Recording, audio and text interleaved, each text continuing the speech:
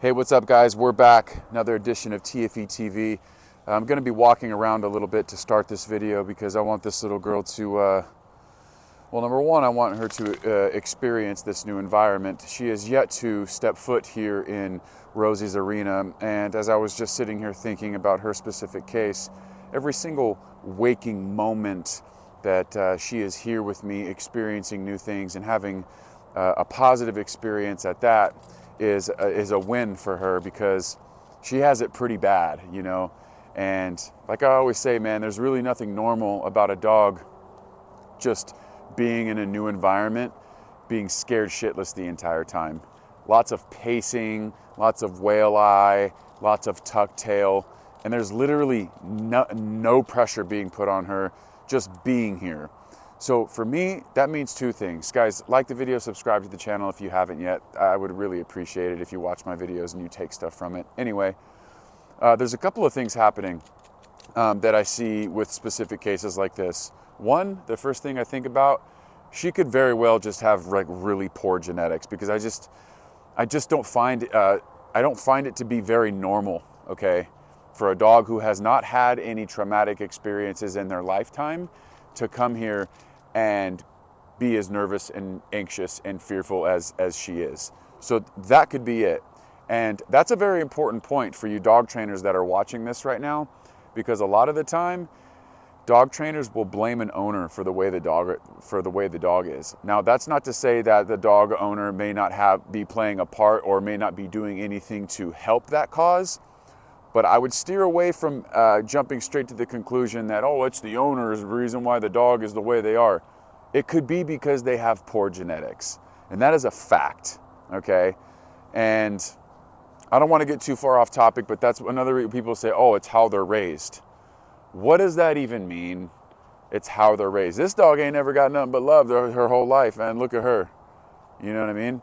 So, and then you got dogs that are treated well their whole lives and they end up lashing out and doing gnarly shit.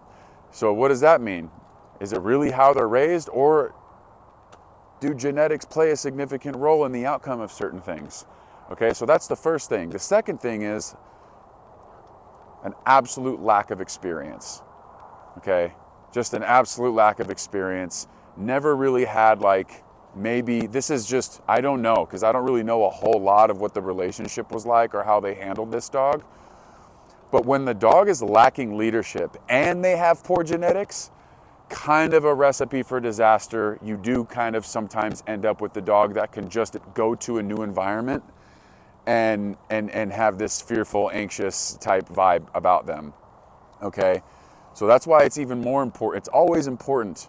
It's always important to socialize, to expose, to manage, to work obedience, to work confidence. All these things are super important because it comes down to what type of frame of mind your dog is going to end up with. Specifically in her case, coming to a new environment. Take Rosie, take my dog. Now, she might be different genetically, but I could assure you I've done everything in my power to where if she went to some other fucking boarding place, she wouldn't give a shit. She'd be hunting lizards and being as happy as she ever. That's not a knock on me. It's not that she doesn't love me. It's just that she's an extraordinarily confident dog. And that's what we're trying to build towards. That's what we're trying to build for, because we want our dogs to be in a good frame of mind because we love them. And what do we know about how to get to that point? Rules, boundaries, structure, routine, exposure, repetitions, all these things of which most pet owners don't understand the importance of, okay? So, I kind of got to, I don't know, I think when I was making this video, I was going to talk about building confidence in a dog that lacks an extraordinary amount, and I think I've touched on that a little bit. But with her specifically, man, if I could, you know, get to the point where she'll just let me like pet her without being nervous about it, that would be like a massive victory. And we really haven't quite gotten to that point yet. But we are here in Rosie's arena where I have all my agility stuff. And I guess if we're on the topic of confidence, one of the reasons why, good girl, she's working through it good. Will you take a piece of food?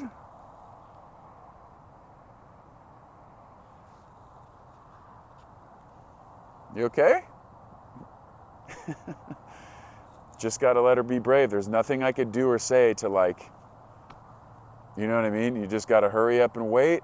And sooner or later, she's going to realize that I'm here to help her. Now, granted, this dog, I had to put my bite suit on at first because she was growling and lunging at me. So we've gotten, like I said on my stories today, we've gotten pretty far to where at least she's not trying to bite me now. And if I could just exist around her long enough, I know for certain before long, you know, she's going to realize that I'm not here to hurt her, but rather I'm here to help her. I'm going to help her through this tough time that she's having right now. So right now she wants to flight and go pace and all that shit. I'm not asking a whole lot of her to just be here with me right now.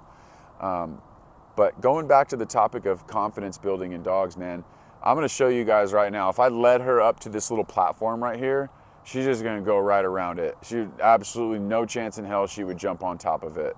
Easy, girl. Okay. So I'm going to get to a point. All right. I'm going to get to a point. Come on, baby. Up. Boom. Right around it. Okay. So she has no idea that she easily has the ability to get up on this, but she also has no idea what this is. This could be hot lava for all she knows. Okay.